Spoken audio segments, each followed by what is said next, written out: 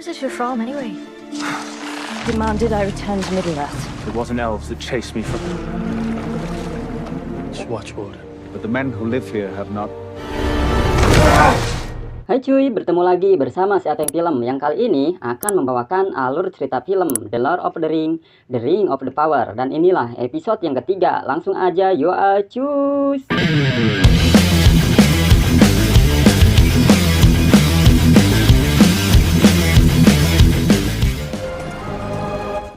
Di awal film episode ketiga, kita diperlihatkan Arondir yang telah ditangkap para orc dan kini yang sedang diseret oleh mereka. Di sana juga terlihat banyak sekali para orc dan juga orang-orang dalam tahanan yang terlihat sekali di wajah mereka bahwa mereka sangat menderita berada di sana. Dengan setengah sadar, terdengar samar-samar para orc itu mengatakan bahwa mereka sangat menghindar dari cahaya matahari dan terdengar pula bekerja demi yang bernama Adar. Lalu siapakah Adar? Kita simak yuk.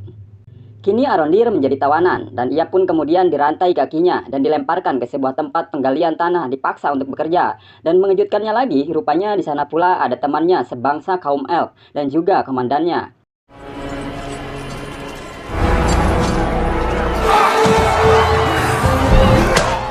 Di tempat lain, Galadriel terbangun sadar dari pingsannya di sebuah ruangan. Tak lama datanglah Halbrand memberikannya makanan. Setelah itu terlihat seseorang membuka pintu dari atas dan mereka pun dibawa di atas geladak kapal dan terlihat semua prajurit menoleh kepadanya. Kemudian muncullah kapten kapal yang bernama Elendil dan mengatakan bahwa sesuatu hal yang tidak biasa. Ada seseorang dari ras Eldar di atas kapalnya dan mengatakan bahwa mereka akan dihadapkan kepada pemimpin mereka. Sebelum ia pergi, Galadriel melihat pisau miliknya ada pada kapten itu. Tak lama kemudian, mereka pun tiba di sebuah gerbang dan terlihat pula sebuah pahatan patung di dinding tebing yang sangat indah dan juga sebuah patung raksasa dengan air terjunnya yang sungguh sangat memanjakan mata. There is only one place. Halbrand menanyakan sebenarnya negeri apa ini. Galadriel pun menjawab bahwa ini negeri paling barat dari semua alam panah, yaitu kerajaan Pulau Numenor.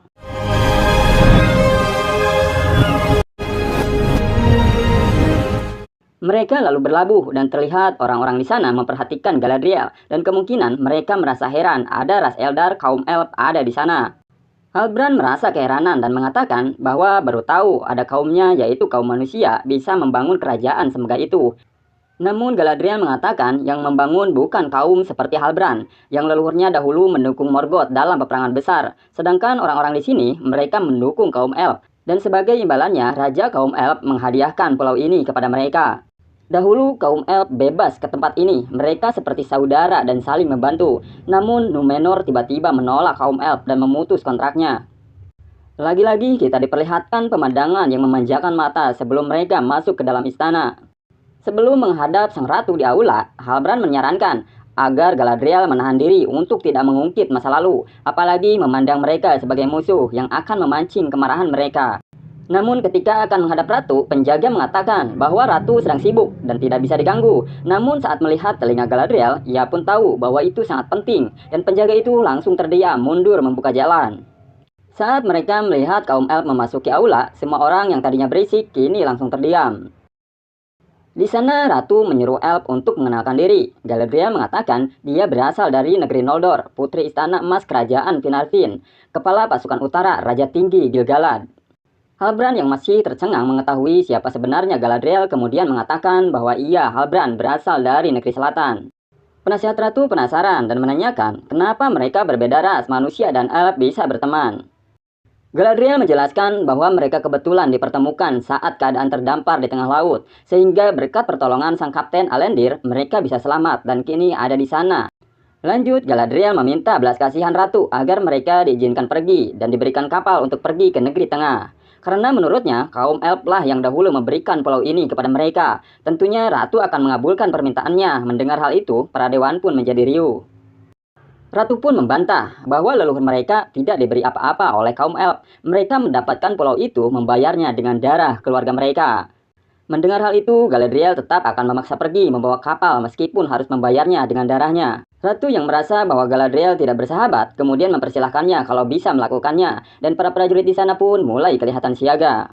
Melihat situasi memanas, Halbrand angkat bicara dan meminta agar Ratu memberikannya waktu buat mereka tinggal di sana beberapa hari saja, sembari Ratu mempertimbangkan lagi keputusannya. Mendengar itu, penasehat Ratu memberinya waktu tinggal di sana selama 3 hari, namun dengan syarat Galadriel diawasi dan tidak diizinkan untuk keluar dari wilayah istana. Lalu Halbrand berterima kasih kepada sang kapten atas bantuannya sambil mencuri kembali pisau Galadriel dari pinggangnya. Halbrand mengatakan bahwa kenapa ia menyeretnya dan akan dilibatkan dalam bahaya tujuannya. Dan Galadriel menjawab, ia telah menyelamatkan 1 nyawa dengan menolong dirinya di laut. Tetapi, ia melakukannya demi untuk menolong banyak nyawa dari kekejaman orc. Lanjut, Halbrand mengatakan bahwa ia sudah mencari kedamaian yang sudah sangat lama yang tidak ia ketahui, hingga membuat Galadriel mulai merasa mengerti keadaannya dan tidak lagi memaksa untuk menunjukkan para orc di negeri selatan. Dan Halbrand menjulurkan tangannya sebagai tanda terima kasih dan mengatakan setidaknya ia jangan mencari musuh baru sambil mengembalikan pisau miliknya. Di tempat lain, penasehat mengatakan kepada Ratu agar masalah bersama Galadriel harus segera dituntaskan karena longsor bisa dimulai dengan 1 batu dan jangan sampai perselisihan elf dengan mereka di masa ayahnya terulang kembali. Lalu Ratu menanyakan tentang kapten kapal yang membawa elf ke negerinya untuk diselidikinya. Penasehat mengatakan ia bernama Elendil. Dia berasal dari keluarga bangsawan, sekarang menjadi penjaga laut, dan ia memiliki seorang putra yang bernama Isildur, yang kini sedang mengikuti jejaknya. Lalu kita dibawa ke tengah laut dan diperlihatkan 2 kapal dipenuhi angkatan laut yang sedang berlatih mengendalikan kapalnya. Dan salah satu dari mereka melihat sebuah pulau di mana dahulu asalnya ia tinggal, yang seolah ia merasa bahwa pulau itu selalu memanggil dirinya. Tiba-tiba ia dikejutkan salah satu sahabatnya yang terbawa tambang dan Isildur pun berusaha menyelamatkannya. Dan akhirnya mereka pun berhasil menyelamatkan dan mengikat tali layar kapal kembali. Faster than the sea! Mereka pun semua berlabuh ke pantai dan rupanya mereka berhasil melakukan pelatihan tahap akhirnya untuk menjadi kapten. Dan tinggal beberapa hari lagi mereka akan menjadi kapten kapal dan tak lama datanglah saudara Isildur untuk menjemputnya. Beric, my boy! Di tempat lain, Ratu kini bersama Elendil. Ratu mengatakan bahwa ketika kelopak pohon putih itu jatuh, itu adalah pertanda air mata Palar sendiri. Itu menjadi pengingat bagi mereka bahwa para leluhurnya memperhatikan mereka. Apa ia percaya? Bertanya kepada Elendil. Menurut pengalaman Elendil, ia mengatakan bahwa tidaklah baik untuk menjalani hidup hanya menebak sebuah pertanda. Ratu yang mengetahui arti nama Elendil itu apa, yang berarti artinya teman elf. Apa ya teman kaum elf?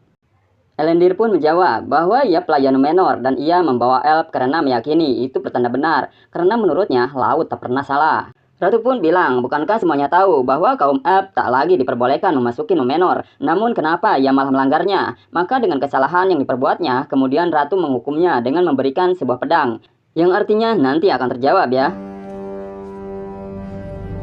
Di tempat lain, Alondir menemukan fakta, ternyata terowongan-terowongan itu sampai menembus ke wilayah Hordern. Dan hal itulah yang membuat para orc tidak terdeteksi oleh mereka selama ini. Dan itu juga alasan para orc tidak terkena matahari, yang apabila terkena mereka akan merasakan kulit mereka terbakar. Dan menurutnya mereka kaum orc sedang mencari sesuatu seperti senjata. Dan mereka bekerja terus-menerus setiap malam untuk mendapatkannya, mengobrak-abrik setiap tempat yang mereka jumpai. Dan pastinya mereka sedang mencari pedang patah yang dipegang oleh Theo ya guys. Repion mengatakan bahwa orc sekarang dipimpin oleh penerus Morgoth yang bernama Adar dan kemungkinan juga itu adalah Sauron yang dimana Sauron memiliki banyak nama. Repion pun membuat rencana untuk kabur saat matahari mencapai puncak tertingginya dan jika salah satu dari mereka berhasil selamat maka mereka harus meminta bantuan untuk menyerang dan menyapu bersih mereka para orc. Tiba-tiba ada salah satu orc menyuruh mereka melanjutkan menggali lagi. Namun Repion bilang bahwa mereka kesulitan karena ada pohon besar yang akarnya sudah terlalu dalam dan menyarankan agar lebih baik mengitarinya daripada menebangnya. Mendengar itu datanglah salah satu jenderal orc sambil tertawa dan mengatakan kalau dia baru saja menunjukkan keberaniannya menentang perintah dan layak untuk diberi minum. Awalnya Repion ragu-ragu untuk menerimanya, namun akhirnya ia pun meminumnya, kemudian memberikan kepada Arondir. Dan ketika yang lain minum, tiba-tiba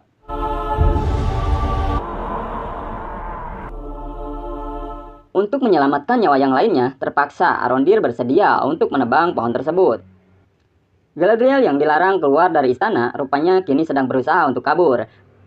Dari sana ia melihat perahu yang akan dibawanya kabur, namun rupanya dari belakang ada sang kapten yang kini ditugaskan Ratu untuk mengawasinya agar tak lagi berbuat macam-macam. Galadriel mengatakan ia akan mengambil resiko dan akan tetap memaksa pergi dari pulau itu dan akan membunuh Elendil sebelum ia bisa memanggil penjaga lainnya. Elendil mengatakan kalau begitu yang lain pasti akan menangkapnya dan akhirnya Galadriel akan dirantai dalam penjara hingga semakin jauh dari tujuannya pergi ke negeri tengah. Galadriel mengatakan bahwa ia ingin cepat keluar dari sana karena di luar lebih baik baginya yang menurutnya semua orang di sana tidak menyukai kaum elf. Sebelum pergi, Elendil berkata tidak semua orang membencimu sambil berbicara dalam bahasa kaum elf. Galadriel bertanya dari mana ia bisa belajar bahasa elf. Ia berkata bahwa ia belajar di perpustakaan ilmu pengetahuan, sehingga Galadriel memintanya untuk mengantarnya ke sana.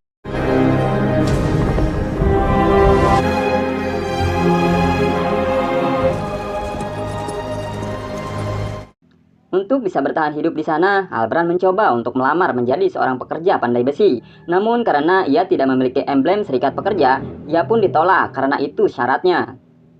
Dan di saat di kedai, ia dihampiri seseorang yang mengganggunya, yang mengatakan bahwa ia kaum rendahan yang beruntung bisa memakan makanan mereka. Bir mereka, selanjutnya, apakah akan mengambil tanah mereka atau perdagangan mereka? You're right. Untuk melancarkan misinya, Halbrand menahan marah dan malah mentraktir mereka untuk minum, hingga misinya pun berhasil mengambil salah satu emblem serikat kerja mereka. Hey, Lumen. Setelah berhasil, ia pun pergi. Namun ternyata mereka mengetahui emblemnya telah dicuri dan segera menghadangnya. Kemudian Halbrand mengembalikannya dan ia ingin menghindari masalah dan berusaha untuk lari menghindar dari keributan. Namun ia malah mendapat pukulan hingga tak bisa menahan kemarahannya dan tiba-tiba...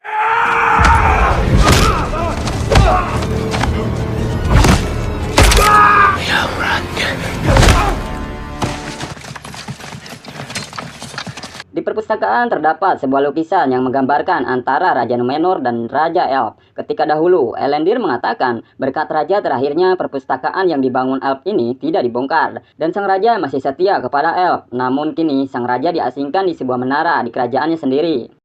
Di sana Elendil memberikan sebuah catatan yang ditulis dalam bahasa hitam oleh seorang tahanan bawah tanah yang berhasil diselamatkan dari musuh. Di sana tertulis bahwa itu adalah lokasi di mana musuh membuat sebuah menara kekuasaannya.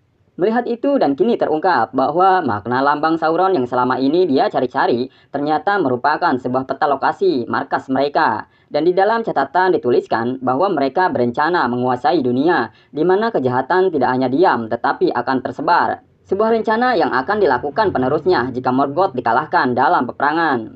Rupanya itu rencana ditulis sebelum Morgoth kalah berperang ya guys. Galadriel menyadari bahwa jika Sauron memang benar-benar kembali, maka negeri selatan hanyalah awal dari semua kehancuran di seluruh dunia. Kembali ke kaum Harfoot, di sana terlihat anak-anak sedang berlatih untuk perjalanan bermigrasi dengan menggunakan kostum menyeramkan. Dan rupanya, dari sinilah alasan yang membuat dunia luar menyangka bahwa kaum Harfoot adalah makhluk yang menyeramkan. Marigold merasa cemas bahwa ia tak akan mampu mendorong karapan tanpa suaminya dan takut ketinggalan rombongan dikarenakan kaki suaminya belum sembuh dari lukanya. Suaminya yang bernama Largo menenangkannya bahwa dia yakin mereka bisa sampai ke tujuan karena ia akan memilih bahwa karapan berada paling depan dari rombongan dan tentunya semua bisa terwujud karena ada bantuan dari Nori. Di malam harinya, Nori yang dibantu Poppy berusaha mencari informasi di dalam buku yang dimiliki Sadok untuk membantu raksasa. Berharap ia bisa mengetahui apa arti dari gambar rasi bintang yang diberikan manusia raksasa yang bernama Sagat kepadanya. Nori pun masuk diam-diam dan mulai membuka setiap lembaran bukunya. Dan ketika menemukannya, Nori dikejutkan oleh kedatangan Sadok dan ia pun bersembunyi. No. Namun berkat bantuan Poppy, ia pun berhasil mendapatkan lembaran informasi yang dicarinya dan menyimpannya dalam tasnya sebelum ia sempat membacanya. Kemudian segera menghadiri perkumpulan untuk membicarakan rencana migrasinya.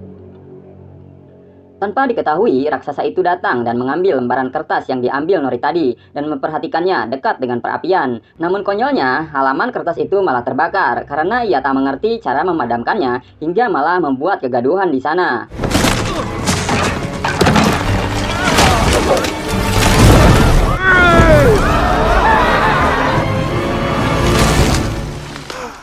Akhirnya diketahui bahwa Nori lah yang membantu raksasa tersebut, hingga Nori pun disidang oleh Sadok atas kesalahannya.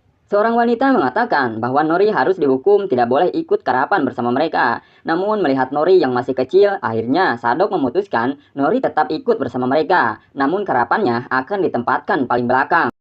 Ibunya pun menjadi marah dan mengatakan bahwa Nori bukan siapa-siapa. Dia hanya anak kecil dari suku Harput. Jangan bermimpi ingin berpetualang di dunia luas. Nori pun membela diri bahwa dia memang tidak penting, tapi ia yakin bahwa raksasa itu sesuatu yang sangat penting. Kembali ke Galadriel, dia mengunjungi Halbrand yang kini berada dalam penjara karena perkelahian tadi. Ia bilang ia tak pantas berada di sana dan kemudian memberikan sebuah kertas yang mengungkap Halbrand bukan orang sembarangan. Dalam informasi yang didapat, ternyata gantungan kalung miliknya itu rupanya adalah sebuah simbol. Dalam informasi, ia menceritakan bahwa bertahun-tahun yang lalu, seorang pria yang memakai kalung berlambang itu rupanya seorang pemimpin yang mampu menyatukan suku-suku yang terpisah menjadi dalam satu panji. Dan kini Galadriel meminta agar Halbrand menyatukan mereka sekali lagi untuk melawan kejahatan yang berusaha merebut tanah mereka. Kaumnya tidak mempunyai raja, karena rajanya adalah ia si Halbrand sendiri.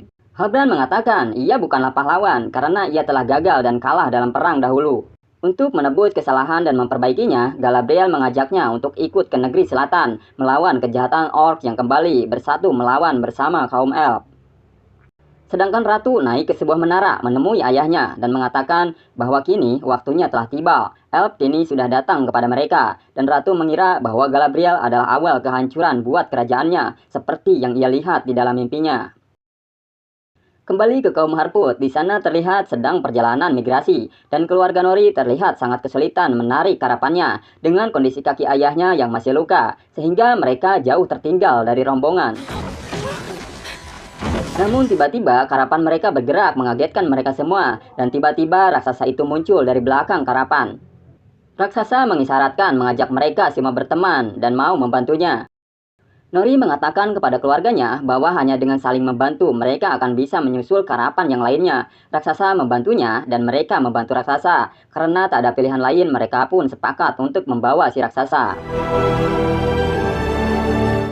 Sesuai yang direncanakan, ketika matahari tepat di atas kepalanya, mereka pun mulai melakukan serangan dan membunuh satu persatu para orc dan membuka kain penutup para orc dan berusaha memutus rantai di kakinya.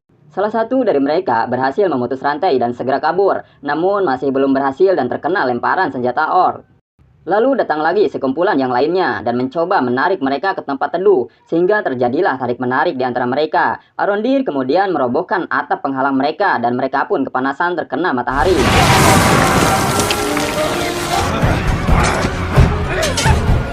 Orc pun kemudian melepaskan warag, yaitu binatang yang sangat ganas untuk menyerang mereka.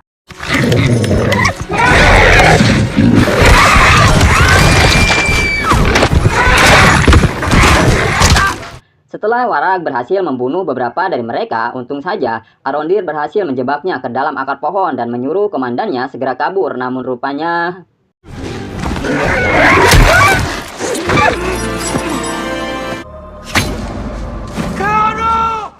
Arondir pun ditangkap. Saat akan dibunuh oleh para orc, salah satu dari mereka menyuruhnya untuk berhenti dan menyuruhnya agar Arondir dibawa kepada Adar, pemimpin mereka. Di akhir film kita diperlihatkan Adar yang mendekati Arondir dengan wajah yang masih samar. Dan film pun bersambung. Untuk melihat keseruan cerita selanjutnya, silahkan di-subscribe dan nyalakan loncengnya agar mendapat pemberitahuan episode selanjutnya. Bye-bye, makasih.